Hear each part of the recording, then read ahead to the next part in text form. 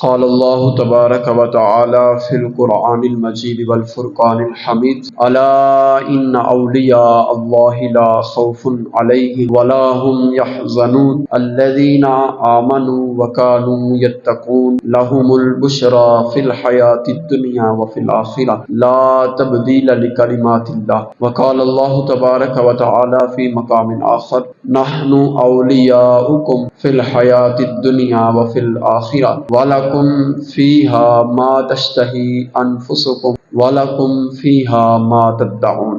صدق اللہ مولانا العظیم۔ اللہ کا بڑا احسان ہے کہ اس نے ہمیں ایک مرتبہ پھر اپنے ذکر کے لیے ہم سب کو جمع فرمایا۔ اللہ رب العزت ہم سب کی حاضری اپنی بارگاہ میں قبول و منظور فرمائے۔ جس طرح کے احساسات اور جذبات کے ساتھ آپ لوگ حاضر ہوئے ہیں، اسی جذبہ و محبت کے ساتھ مجھے بھی حاضری کا شرف حاصل ہو رہا ہے۔ دعا گو ہوں کہ اللہ رب العزت آج کی اس تقریب کو اپنی بارگاہ میں قبول فرمائے۔ میں نے قرآن کریم کے 2 مقامات سے کچھ آیات پڑھی، اسی مضمون کو آگے چلاتے ہوئے میں اپنی حاضری پیش کروں گا۔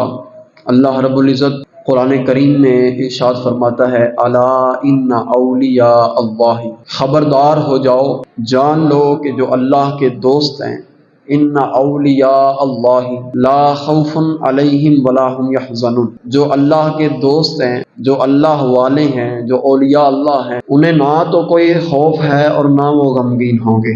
بابا جی بکر یہ آیت مبارکہ تو سارے پڑھتے ہیں، اس کا مطلب بھی سارے سمجھتے ہیں کہ اولیاء جو ہوتے ہیں وہ اللہ کی بارگاہ کے علاوہ، اللہ کے علاوہ کسی سے نہ ڈرتے ہیں نہ خوف رکھتے ہیں۔ تو بابا جی بکر دریافت طلب بات یہ ہے کہ اولیاء ہوتے کون ہیں، اولیاء کی نشانیاں کیا ہیں۔ آج ہر کوئی ولی ہونے کا دعویٰ کر رہا ہے، آج ہر کوئی کچھ نیک اعمال کر لیتا ہے تو خود کو اولیاء کی صف میں شمار سمجھتا ہے۔ تو کیا نیک اعمال بجا لانے سے، چند فلاحی کام کر دینے سے، چند دن اللہ کی بارگاہ میں گڑ گڑا لینے سے، اس کی بارگاہ میں عاجزی اور انکساری پیش کر لینے سے کیا بندہ صف اولیاء میں شامل ہو جاتا ہے؟ بابا جی وقار سب سے پہلے تو دیکھیں کہ اولیاء کی نشانیاں کیا ہیں۔ سب سے پہلے ہم قرآن سے پوچھیں گے کہ اولیاء کی نشانیاں کیا ہیں۔ قرآن بتائے گا، قرآن بتاتا ہے کہ جو خوف نہیں رکھتے، جو غمگین نہیں ہوں گے، وہ اللہ والے ہیں، وہ اولیاء اللہ ہیں۔ اور وہ ہوتے کون ہیں؟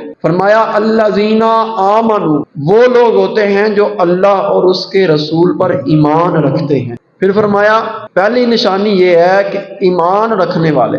اب پتہ چلا کہ جو غیر ایمان ہے، جو صاحب ایمان نہیں ہے، جو غیر مسلم ہے، وہ اولیاء اللہ میں شامل نہیں ہو سکتا۔ جو ایمان والے ہیں، اولیاء اللہ کی نشانیوں میں سے پہلی نشانی یہ ہے کہ وہ ایمان والے ہوں گے، وہ اللہ پر ایمان رکھتے ہوں گے، اللہ کے رسول پر ایمان رکھتے ہوں گے۔ پھر فرمایا ان کی دوسری نشانی یہ ہے وَكَانُوا يَتَّقُونَ، اور وہ لوگ اللہ سے ڈرنے والے ہوں گے، پرہیزگاری کرنے والے ہوں گے۔ دوسری نشانی اللہ رب العزت نے فرمایا کہ وہ پرہیزگاری کرنے والے ہوں گے۔ یہاں پر ایک بات ذہن نشین رکھے کہ اللہ رب العزت نے قرآن کریم میں یہ جو لفظ یتقون استعمال کیا، یہ مضارع کا صیغہ ہے، اور جو مضارع کا صیغہ ہوتا ہے وہ اپنے دامن میں 2 زمانوں کو رکھتا ہے، ایک زمانہ حال اور ایک زمانہ مستقبل، کہ وہ لوگ جو اولیاء اللہ ہیں وہ اللہ کی بارگاہ میں عاجزی و انکساری پیش کرتے ہیں، اللہ کی بارگاہ میں پرہیزگاری کرتے ہیں، صرف کرتے ہی نہیں بلکہ کرتے بھی رہیں گے۔ دوسری نشانی یہ ہے کہ وہ اولیاء اللہ کی بارگاہ میں صرف پرہیزگاری کرتے نہیں بلکہ کرتے ہیں اور کرتے بھی رہیں گے۔ یہ ہے نشانی دوسری اولیاء اللہ کی۔ اب یہاں پر ویسے تو مضارع کا صیغہ اپنے دامن میں 2 زمانوں کو رکھتا ہے، لیکن جب افعال ناقصہ کے بعد مضارع کا صیغہ آ جائے تو اس کے معنی میں اور بھی مداومت پیدا ہو جاتی ہے۔ معلوم ہوا وَكَانُوا يَتَّقُونَ، اللہ رب العزت یہاں یہ کہہ کر سمجھانا چاہتا ہے کہ بابا جی وقار اولیاء اللہ وہ ہوتے ہیں جو اپنی زندگی کے کسی ایک لمحے میں نہیں، کسی ایک دن، کسی ایک گھڑی، کسی ایک ہفتے کو 10 دن یا 40 دن کا چلہ کر کے اپنے آپ کو 40 دن اللہ کی بارگاہ میں مشغول کر کے، عبادت میں مشغول کر کے، کچھ دنوں کا چلہ کر کے یہ نہ سمجھ لیں کہ وہ اولیاء اللہ کی صف میں شمار ہو گئے ہیں، بلکہ اللہ نے فرما دیا وَكَانُوا يَتَّقُونَ، وہ زندگی کے ایک حصے میں نہیں، ایک دن میں اللہ کی عبادت نہیں کرتے بلکہ وہ عبادت کرتے ہیں اور قیامت تک کرتے رہیں گے۔ وہ کرتے ہیں اور اپنی زندگی کی آخری سانس تک عبادت کرتے رہیں گے۔ معلوم ہوا کہ کچھ دن اللہ کی عبادت کر لینے سے بندہ اولیاء اللہ کی صف میں شامل نہیں ہوتا۔ اب جو اولیاء اللہ کی صف میں شامل ہو جائے، جس کو ولایت کا عہدہ مل جائے، ولایت کا منصب مل جائے، اللہ رب العزت اس کو انعام کیا دیتا ہے؟ اللہ رب العزت فرماتا ہے لَهُمُ الْبُشْرَى فِي الْحَيَاةِ الدُّنْيَا وَفِي الْآخِرَةِ۔ اللہ رب العزت فرماتا ہے ان کے لیے دنیا کی زندگی میں بھی خوشخبری ہے، آخرت کی زندگی میں بھی خوشخبری ہے۔ فرمایا لا تبدیل لکلمات اللہ۔ اب جب ان کو خوشخبری مل گئی، اللہ کی طرف سے ان کو انعام مل گیا، اب جو اللہ نے کہہ دیا ہے لا تبدیل لکلمات اللہ، اب اللہ کے کلمات چینج نہیں ہو سکتے۔ اللہ نے جو کہہ دیا ہے سو کہہ دیا ہے۔ اب اللہ نے جو ان کو انعام دے دیا ہے وہ اللہ رب العزت واپس نہیں لے گا، بلکہ اللہ رب العزت ان کو دنیا کی زندگی میں بھی خوشخبری دے گا، آخرت کی زندگی میں بھی خوشخبری دے گا۔ اور دوسری جگہ پر اللہ رب العزت نے قرآن کریم میں فرمایا نحن اولیاؤکم فی الحیات الدنیا وفی الآخرہ۔ اب جو لوگ اللہ کی بارگاہ میں اپنا مقام حاصل کر لیتے ہیں، اللہ اللہ کر کے اللہ کی بارگاہ کے قریب ہو جاتے ہیں، اب اللہ رب العزت کیا فرماتا ہے الا ان اولیاء اللہ لا خوف علیہم ولا هم یحزنون۔ جو عبادت کرتے ہیں، جو پرہیزگاری کرتے ہیں، وہ اولیاء اللہ کی صف میں شمار ہو جاتے ہیں، وہ اولیاء اللہ ہو جاتے ہیں، انہیں نہ تو کوئی خوف ہوتا ہے نہ وہ غمگین ہوں گے۔ پھر اللہ رب العزت نے دوسرے مقام پر فرمایا نحن اولیاؤکم فی الحیات الدنیا وفی الآخرہ۔ جو میری بارگاہ میں میرے قریب آ جاتے ہیں، پھر دوسرا انعام میں ان کو یہ دیتا ہوں کہ میں انہیں اپنی ولایت کا عہدہ عطا فرما دیتا ہوں۔ نہ صرف وہ میرے دوست ہوتے ہیں، نحن اولیاؤکم، اللہ فرماتا ہے ہم بھی ان کو اولیاء اپنا دوست ہونے کا مژدہ جہاں سناتے ہیں۔ اب اس بکار معلوم ہوا کہ جو اولیاء اللہ ہوتے ہیں وہ صرف اللہ کے دوست نہیں ہوتے، بلکہ اللہ بھی ان کا دوست ہوتا ہے۔ اور کہاں کہاں اللہ اپنی دوستی کا مژدہ جہاں فضا سنا رہا ہے۔ اللہ رب العزت فرماتا ہے نحن اولیاؤکم فی الحیات الدنیا وفی الآخرہ، ہم ان کے دوست ہوتے ہیں صرف ان کی دنیا کی زندگی میں نہیں، بلکہ قیامت والے دن بھی ہم ان کو دوستی عطا فرما دیں گے۔ پھر فرمایا وَلَكُمْ فِيهَا مَا تَشْتَهِي أَنفُسُكُمْ، فرمایا جو اولیاء اللہ ہوتے ہیں وہ جو کچھ بھی مانگے وَلَكُمْ فِيهَا مَا تَشْتَهِي أَنفُسُكُمْ، جو کچھ بھی وہ مانگتے ہیں اللہ رب العزت ان کو عطا کر دیتا ہے۔